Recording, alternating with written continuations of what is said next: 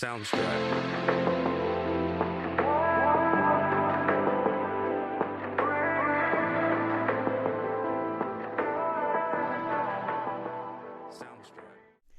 Hello, beautiful people, and welcome to the Natalie Wisewoman podcast, where I discuss different topics related to becoming your highest potential.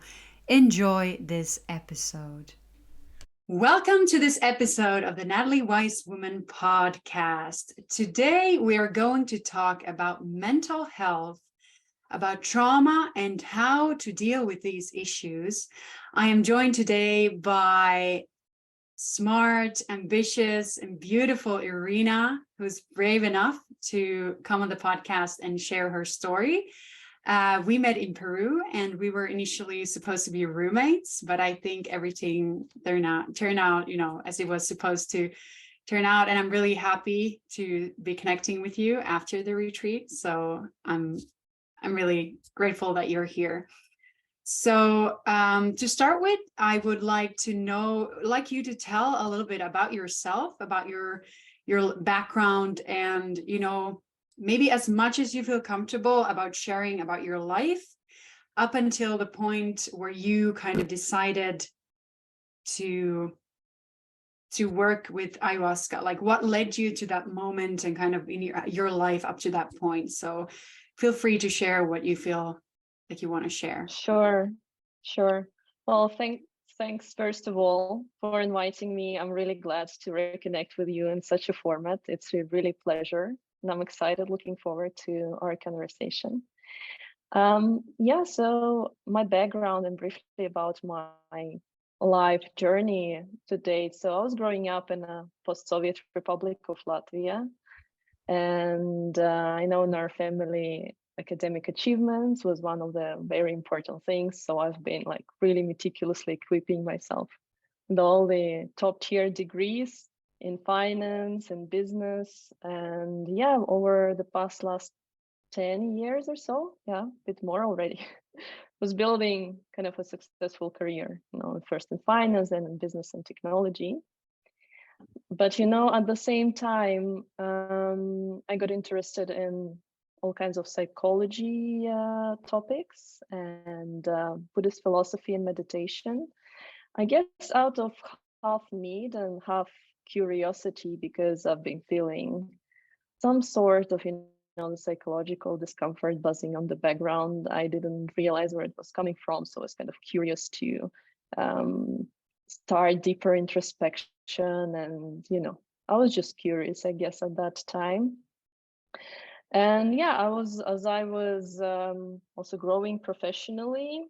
As the time went, I was realizing that all the achievements that I had were not bringing lasting satisfaction. At some points in my career, I also experienced motivational crisis where I felt I am not sure why I am doing things that I'm doing. And also, I started noticing that I've basically repeating more or less same relationship patterns, which were not bringing me to the places I wanted to be. And eventually, early 2021 or so, it really manifested as depression. So after the second COVID lockdown, I got diagnosed with major depression. And the onset of that definitely happened a few months prior to that. It was just already obvious that I had to go to the therapist and get myself diagnosed, basically. And further on, a few months later, also my latest relationship really collapsed in the manner I could never imagined, and it brought up extreme amounts of sadness and pain that I couldn't ignore further. And I was doing a lot by that time already. I was doing therapy. I was on SSRI medication for some time. I already had a lot of knowledge, about psychological dynamics. I was interested in neuroscience aspects of mental health conditions, all of that. And I was also understanding already intellectually what is happening with me. I could tell you, hey, for example, I am locked in the anxious attachment pattern style, yes, but I couldn't really change my behaviors because I was still experiencing the old emotions, right? I was understanding what I was doing wrong, but I couldn't change my feelings about that, or I couldn't seem to close that gap, even with therapist's help. And at that point in time, I felt like I'm really ready to explore what plant medicine has to offer and psychedelics has to offer, because also by that time I knew a lot about this field, but more, on the theory side of things, with some close friends having experiences and sharing them. But I really felt the calling about a year ago to go do that work. So that's what I did. First, last April, I went to Costa Rica to Soltara Retreat Center. That experience helped me tremendously. However, a few months later, I felt the calling again, and we can also discuss how that happened. And that I decided to come to Soltara again, this time to Peru, to the origins, to the homeland of the medicine. And it has been really transformational experience for me in terms of my healing, and understanding the origins of my pain. Yeah. Thank you for sharing that. And we can go deeper into also what happened in the kind of during the retreat and after, and how you feel like that helped you. But I would like to, so from your experience, what do you think was the root cause of your depression? Oh yeah, that's a big question. That was one of my main questions of the last year, because I was at that point that, no, I don't know, really need to put everything on pause and figure this out for myself, because I don't want to carry this further.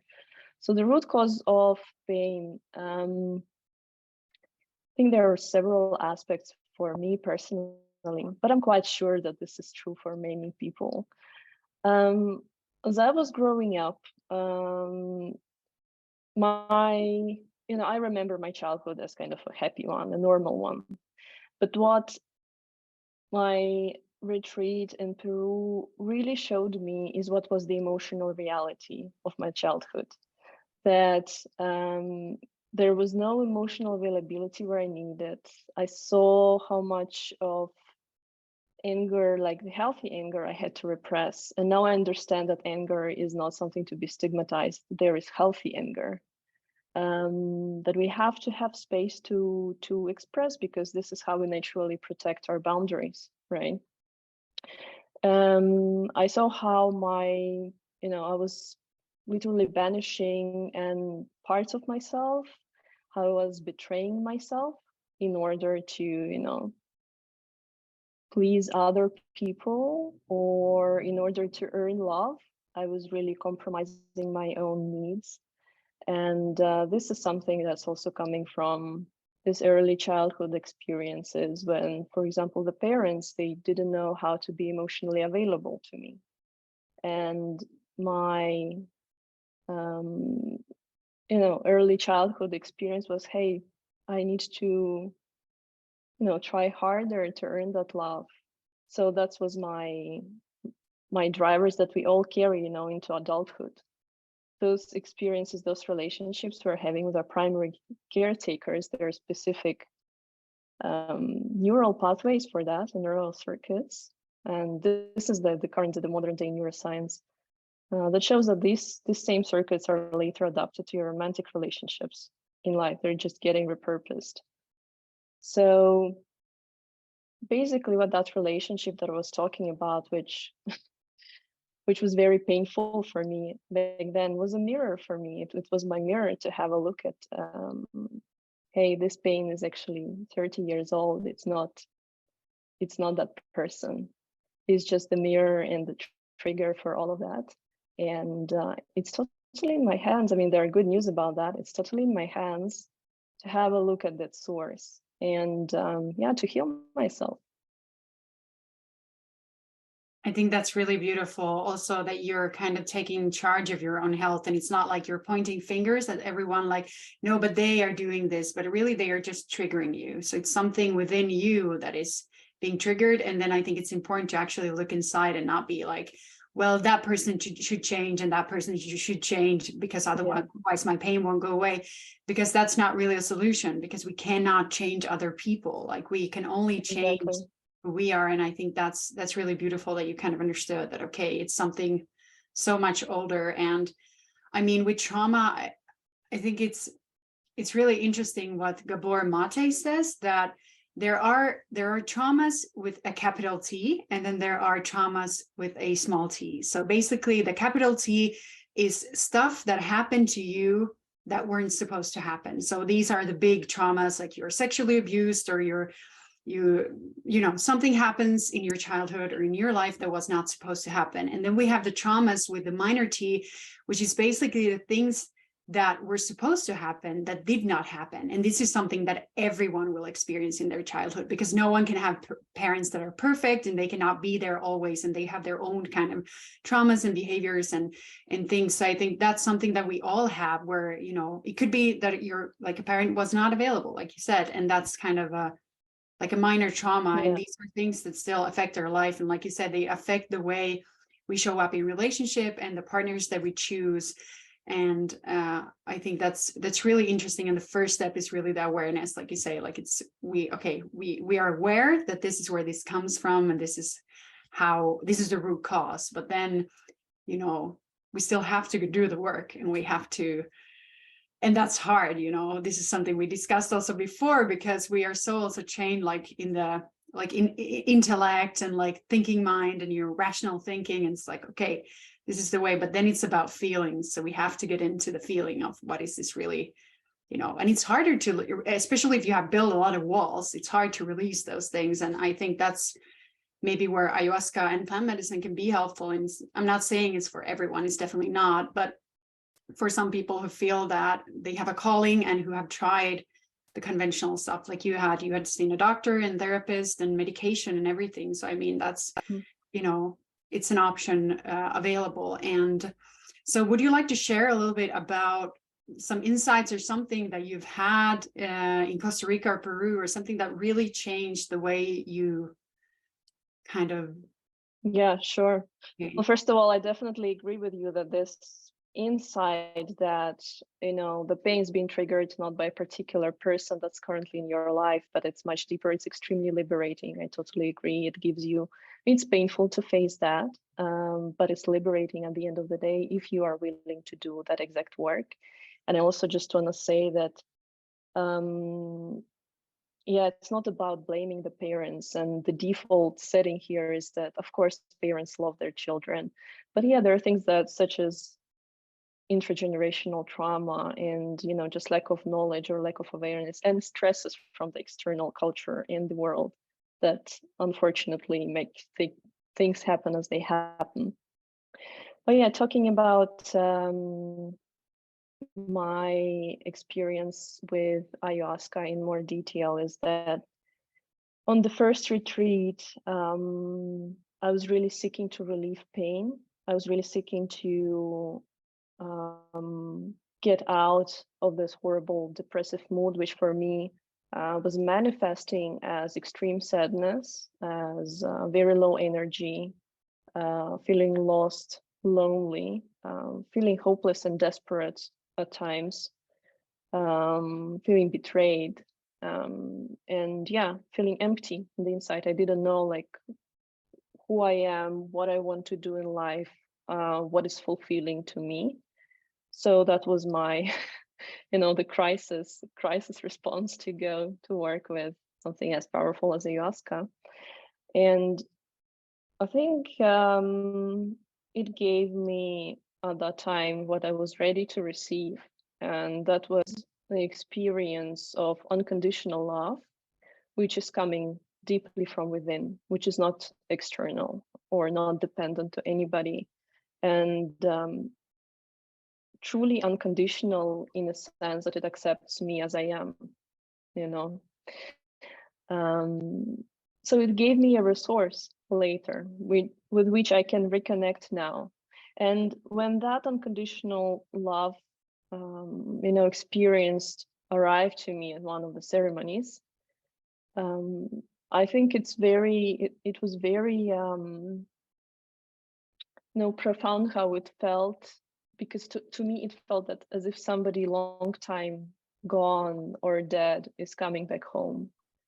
So this is the feeling, like the emotional intensity, that is very hard to put in words, as we know, when things come to these experiences. But that was pretty profound. It was this reconnection with one of the lost parts of self. And then another thing that was very, cleansing and healing for me is the experience of just purging out the sadness. And that happened, as you know, with ayahuasca. I, of course, experience a lot of physical, like it can be physically very challenging, not just emotionally challenging. And you purge. And as one of the Shipibo maestros was singing to me, I think it was actually the closing ceremony, I was purging right in front of him. And I just I knew that that's the sadness that's coming out of me. And when I was back home after that, I really was not depressed anymore. I was off the medication. My mood was pretty stable. I got some energy back. But the key thing is that how do you deal with post-integration?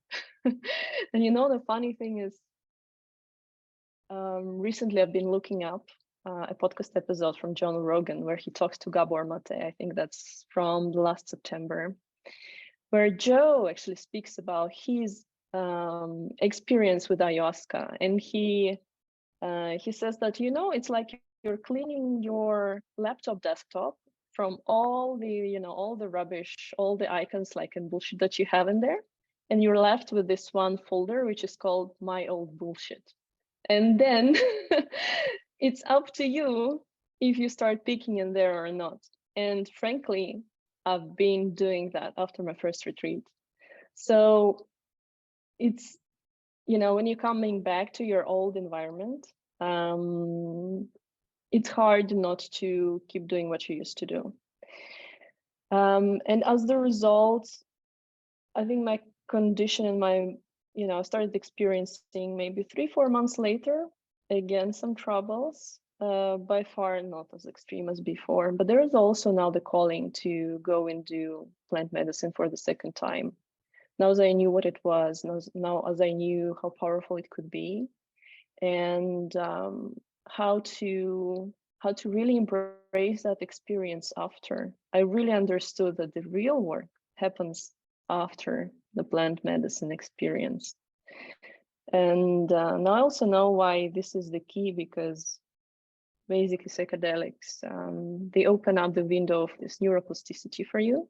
So that's the chance you have, a week, 2 weeks, a month after, to change your behaviors, to really be aware, maybe introduce new routines, do your practices. In my case, it was more of self-care, self-love practices to rewire our nervous system, to rewire our thought patterns, so that we can, experience healthier emotions and behave differently finally, and bridge that gap between, intellectual understanding of what is not working in life or what is bringing pain with our emotional experiences, and feel good about our new choices, feel good about letting things go, those which don't serve you anymore.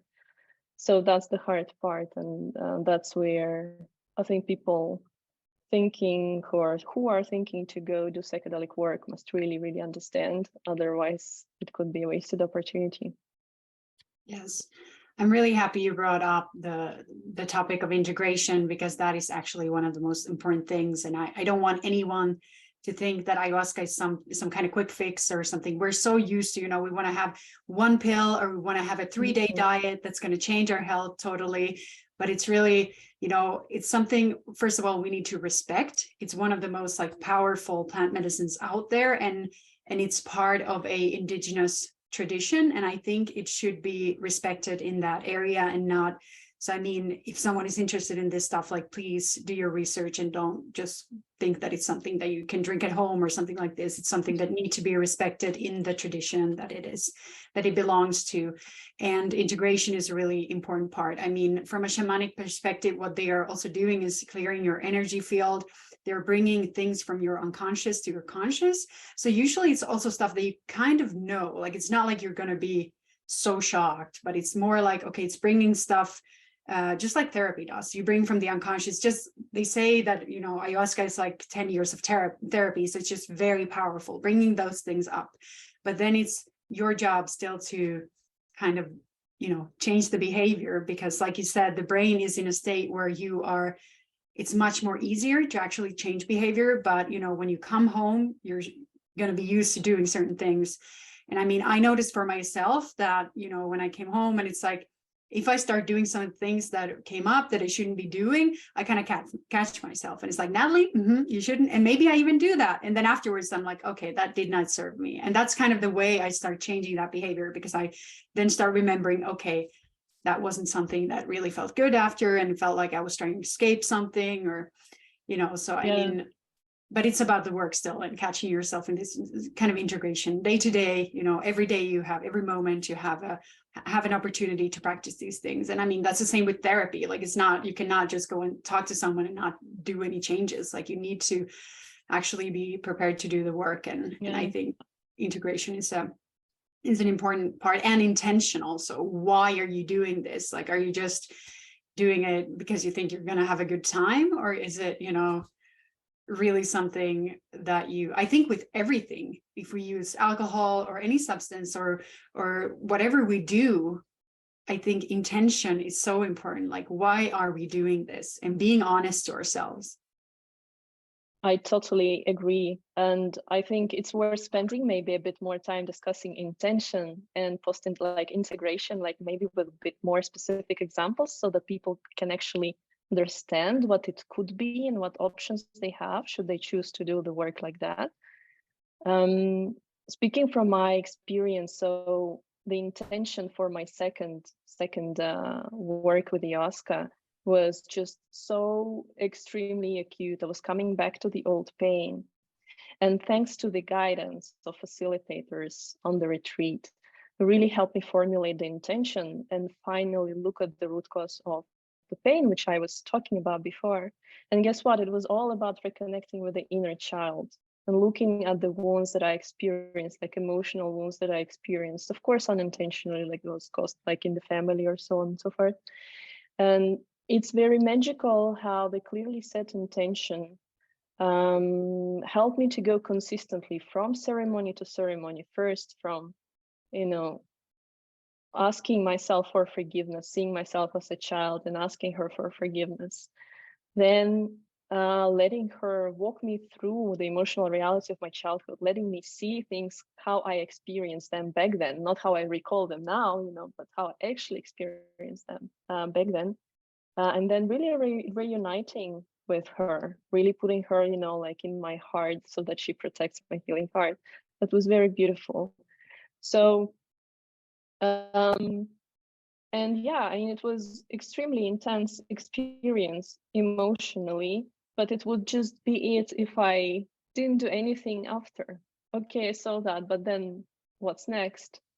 So when you come back home, you know, there are many options that people can actually choose there. There are facilitators or therapists who help with post-integration. This is always an option, or you can come up with your own practices. You know, what I am doing is in moments when I feel stressed and I see the old trigger coming up, maybe from relationships or what have you, I mentally reconnect with myself. I talk to my inner child, or I would go do a breath work, or I would go do self-love meditation, you know, or I would have a conversation with myself. I would talk to my inner child. Hey, I'm here to protect you now. You're safe, and you know, I can help you out. You're not alone. So, and this, you just practice day to day, and this strengthens. It helps you rewire your emotions. It helps you to make healthier choices for yourself. And I mean, sometimes I stumble. By far, not every day is perfect. So this is ongoing work. You just need to be aware that it has to be happening. Otherwise, again, it was just you know, a nice, maybe a profound experience. But it then, if your intention was to heal, it has to translate somehow in your further life, right? And of course, I mean, there are many people just dropping acid or going to Brazil or Peru for ayahuasca ceremonies and, whatever, and nothing changes actually for them. Nothing changes without intention, nothing changes without proper post-integration work. Yeah, I think that's really important to share. And I think it's beautiful, like you said, that you kind of talk to yourself, because that was something I kind of did in ceremony as well, where I was like hugging myself and like, stroking my shoulder and like, I'm always going to be taking care of you, Natalie. It's okay. I'm always here. And I've started to do that in really hard moments. I'm like, it's okay. It's okay. You can cry. And, just being like a mother to myself, because that's a way to heal, our childhood and like our inner child that is, so often just like screaming and, being the one that is triggered actually in these moments. Exactly. That's being the parent that you never had, being the best parent for yourself. Yes. So is there something else you want to share about, your journey or kind of this topic about mental health or doing work with plant medicine?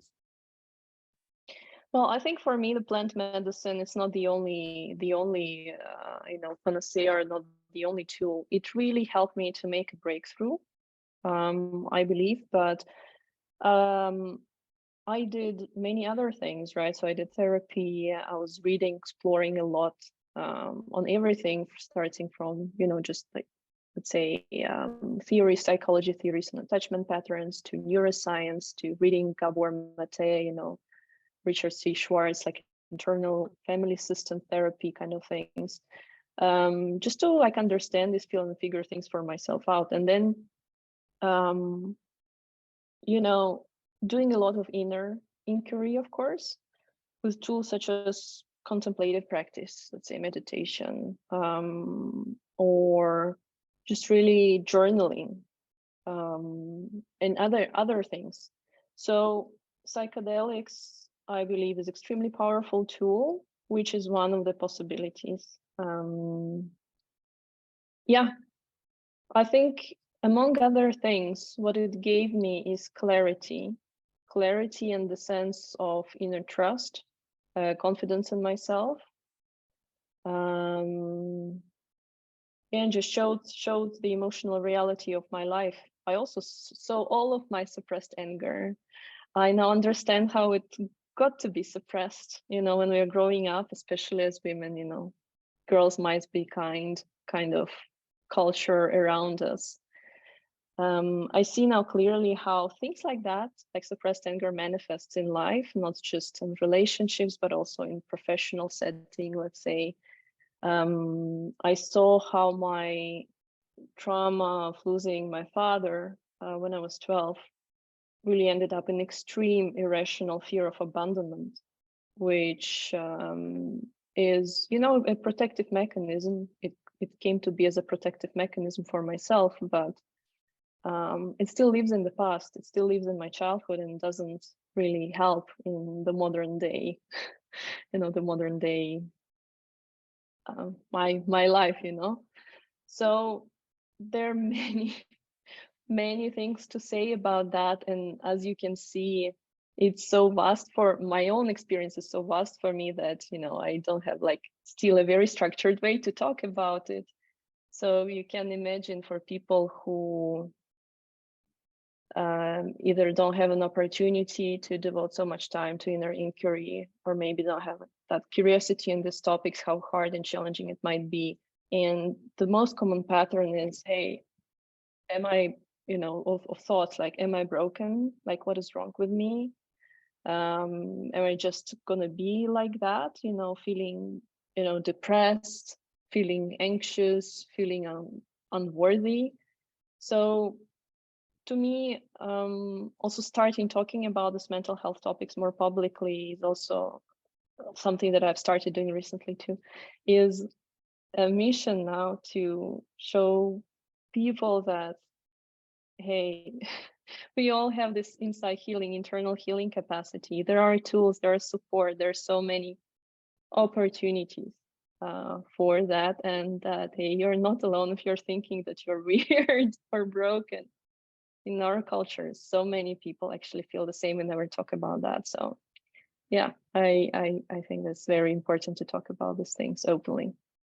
Yes, I think that's very empowering. And I mean, I want everyone to know that we are all our own healers, and really we can take charge of our own health and do things to improve that. And I mean, there's so many resources nowadays. Like you have books and you have things online and you have courses and you have people that you can follow on Instagram or things like that. So find whatever you resonate with. That's my message to people. Like if you have a doctor that doesn't understand or can't help you, like find another doctor, another person that can help you, and or find different tools for you to help yourself. I think that's really important. Like it's never the end. Like it's never always going to be like that. You can always rise. And I mean, I believe that our greatest challenges can really be turned into our greatest gifts when we can kind of transmute out of that pain.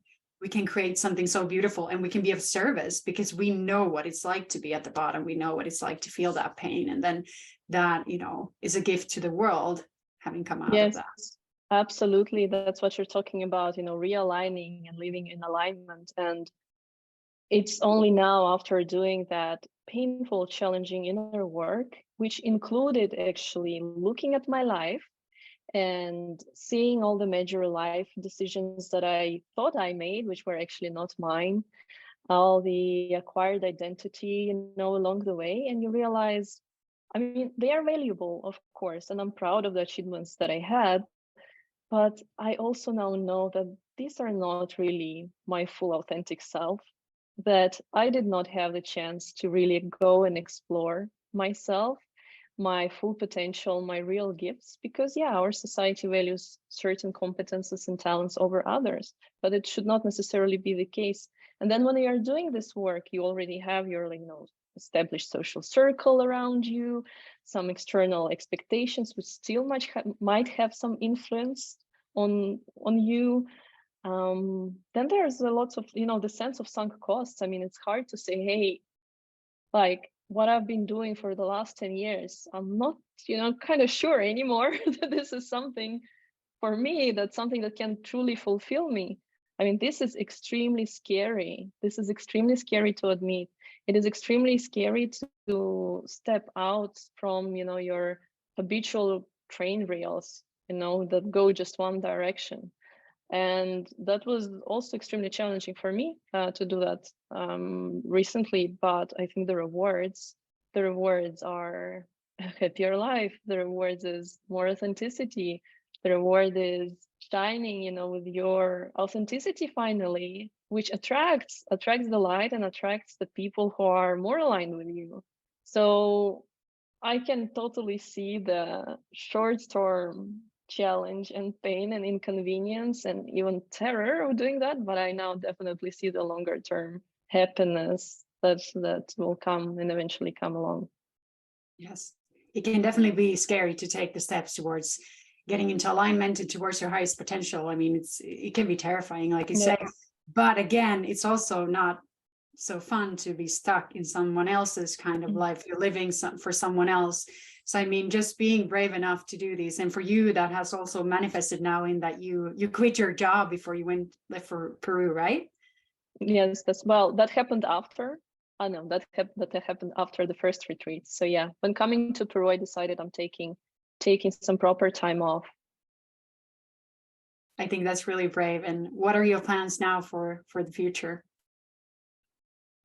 Well, now I have more clarity about things that really matter to me. So this is everything that has to do with mental health.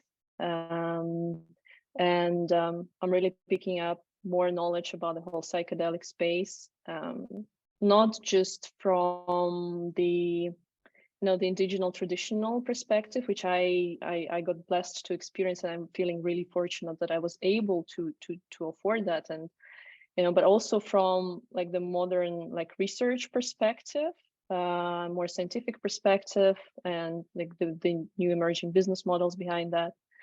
I started writing about mental health, my experiences, but also trying to distill this knowledge that I gathered from the brightest minds and the experts of the field, like Gabor Mate, for example.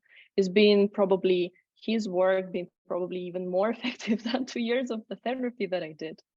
And I know how much time it took me to came to some of the conclusions or insights. So I just want to share that, supporting with my personal story, because it makes the points, maybe more relatable to other people. And also one of the many realizations of the last year for me was that, as I told you before, I see how our mental condition as society, our mental health is really inseparable from the planet's health.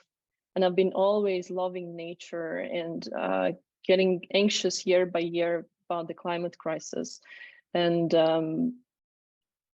this is something also extremely, relevant topics for me. So I am exploring that field as well professionally. But also I'm learning, just allowing myself to do things that I love without others' expectations, without exact strict schedule from a workplace. I'm doing a lot of sports. I love sports, as you might know. I go to the gym, I weightlift, I do pole dance, I dance bachata, I snowboard in the season. And it's surprisingly hard, I must tell you, to get rid of that conditioning that there are things that I must to do, like search for the new job. Like that would be the must on my, my conditioned mind. Where saying, hey, I'm actually safe and I'm figuring, I'm finding ways how to leverage all of my skills, all of my competences, professional competences, to, make something out that is really valuable for other humans, meaningful for me, and fulfilling for me. So yeah, I'm again, I mean, it's not easy. Like there's times when I'm like experiencing anxiety, like, hey, where am I heading? But now I can connect to the inner trust to self that I was talking about, trust to the universe, and I'm just guided by the discovery of my authenticity, heading to complete alignment with self. I'm sure that, beautiful things will be opening up, and they already are. I think this conversation is one of them. Thank you. That's really beautiful. And I mean, Irina is it's really impressive if you see her pole dancing. I mean, I don't understand how, like, what kind of muscles you need to have to be able to do that. To need many, many.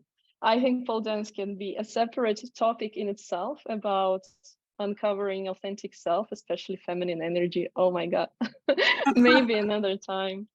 Yes, for sure.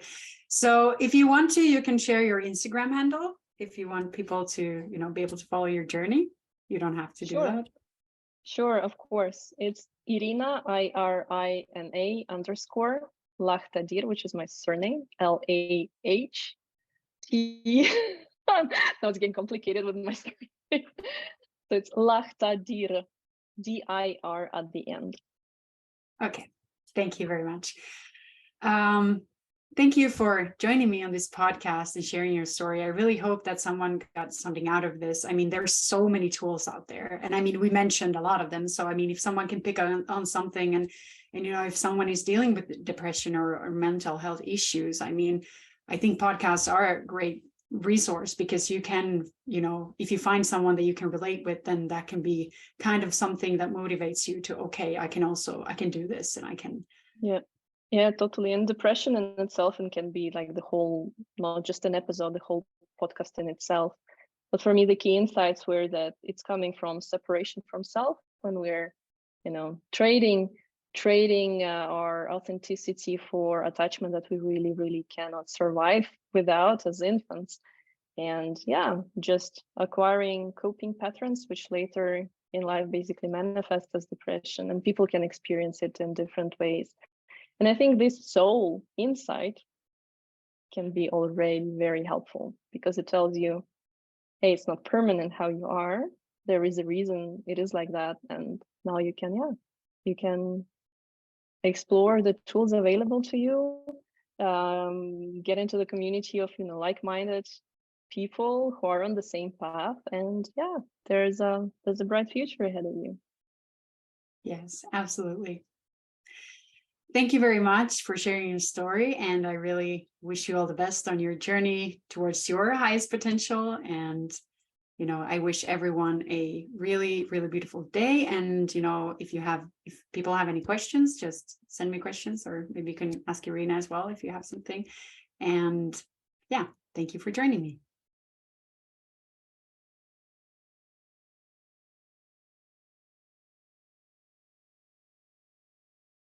Sounds good.